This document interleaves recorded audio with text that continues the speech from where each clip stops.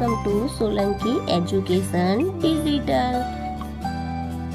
તો બાળકો, ચાલો આજે આપણે શીખીશું ધોરણ 7 ગણિત સ્વાધ્યાય પોથી પાઠ છે બીજો, અપૂર્ણાંક અને દશાંશ સંખ્યાઓ.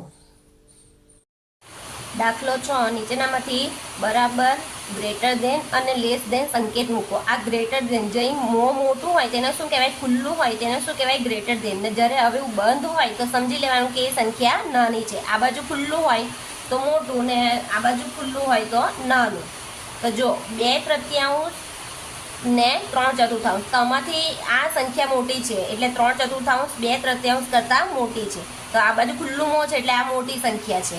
તો આ કેવી રીતના મોટી છે તે હું તમને રીત હાથે બતાવીશ.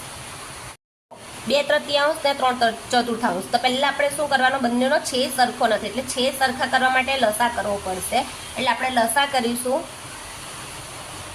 4 છે એટલે 3 બેઠા આવશે, 2 2 4. હજુ 2 વડે ભગાશે એટલે 3 બેઠા ને 2 એકુ 2. હવે 3 વડે એટલે 1 1, 2 2 4, 4 તાલી 12. એટલે લસા કેટલો આવ્યો? 12.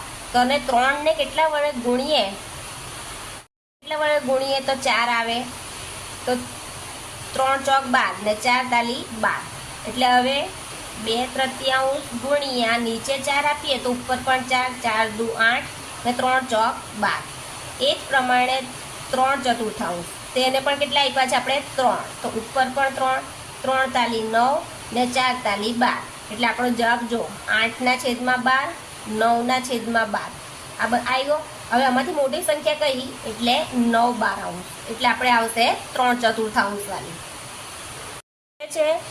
બીજો દાખલો 2/5, 3/8. તો તમને લાગશે કે 3/8 તો મોટા છે, તો 2/5 કેમ મોટી સંખ્યા બતાવી? તો જો આમ આ કેવી રીતના આવ્યા તે હું તમને બતાવું.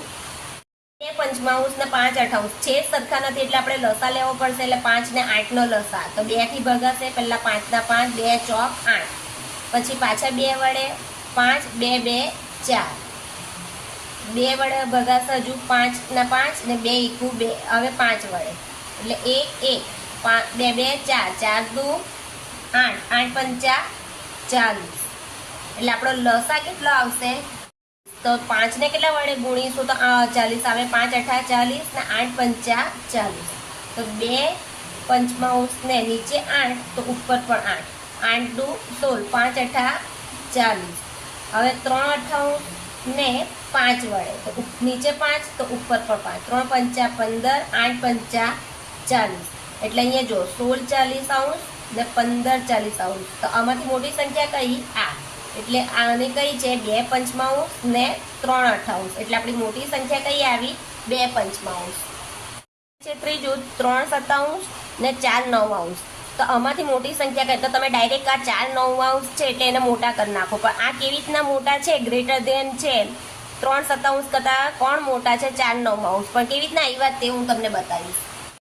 કે 7 ને 9 નો છેદ સરખો નથી. સરખો કરવા માટે, છેદ સરખો કરવા માટે શું કરવું પડશે? લસા. એટલે 2 વડે ભગાશે નહીં, 3 વડે. 7 ના 7, 3 તાલી 9. હજુ 3 વડે ભગાશે. 7 ના 7, 3 એકા 3. હવે 7 વડે 1 1, 3 તાલી 9, 9 સતા 63. એટલે આપણો લસા આવ્યો 63. 7 ને કેટલા વડે ગુણીએ તો 63 આવે. 7 9 63 ને 9 સતા 63.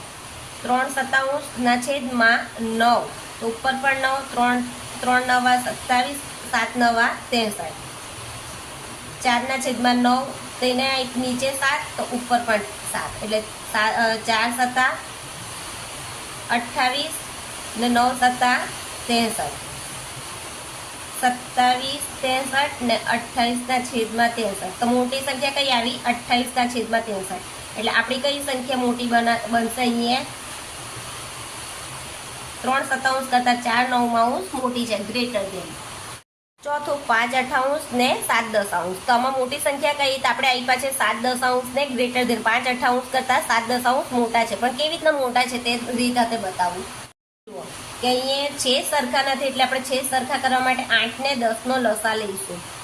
તો 2 ચોક 8, 2 પંચા 10. હજુ 2 વડે ભગાશે. 2 2 4 ને 5. હજુ 2 વડે એટલે 2 એકા 2 5. હવે 5 વડે એટલે 1 1, એટલે 2 2 4 4 2 8 8 પંચા 40 એટલે લસા કેટલો આવ્યો આપણો 40. હવે 8 ને કેટલા વડે ગુણીશું તો 40 આવે. 8 પંચા 40 ને 10 ચોક 40 એટલે 5 અઠાઉસ ગુણ્યા નીચે 5 તો ઉપર પર 5 પાંચું પાછું 25 8 પંચા 40 7 દશાંશ તો એને નીચે પણ 4 તો ઉપર 4 7 ચોક 28 ને 10 ચોક 40 એટલે 25/40 28/40 એટલે મોટી સંખ્યા કઈ કહેવાય આ. એટલે 28/40 25 40 કરતા 28/40 વાળી સંખ્યા મોટી છે. તો અહીંયા પણ કેવી રીતના આવશે 5 અઠાઉસ ને 7 દશાંશ એટલે કઈ સંખ્યા મોટી ગણાશે 7 દશાંશ વાળી. પાંચમો દાખલો 5 છસાંશ ને 7 બારાંશ તો કઈ સંખ્યા મોટી છે. તો તમને લાગે કે 7 બારાંશ તો 5 છસાંશ કરતા મોટી છે, પણ આના આપણે 20 સાથે કરીશું. એટલે જો 6 ને 12 નો લસા તો 2 તાલી 6 2 છંગ 12 હજુ 2 વડે ચાલશે 3 2 તાલી 6 હવે 3 1 1 2 2 4 4 તાલી 12 એટલે લસા કેટલો આવ્યો 12. હવે 6 ને કેટલા વડે ગુણીએ તો 12 આવે. 6 દુ 12 ને અહીંયા 12 તો છે એટલે 12 એકુ 12.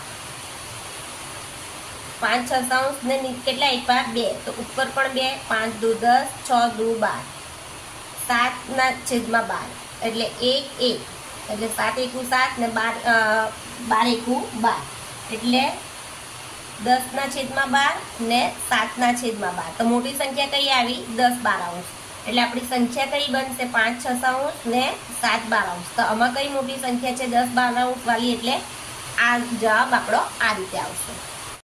છઠ્ઠું 8 બારાંશ ને 10 પંદરાંશ તો કઈ સંખ્યા મોટી છે કે નાની છે કે બરાબર છે. તો આ કેવી રીતના બરાબર આવ્યા છે તે હું તમને બતાવું. 8/12 છે 10/15 એટલે આપણે 12 ને 15 નો લસાઅ છે સરખા કરવા પડશે.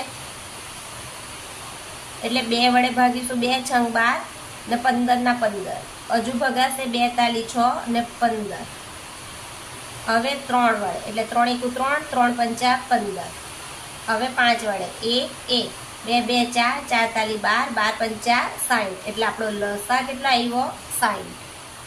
60 લસા 12 પંચા 60 ને 15 ચોક 60.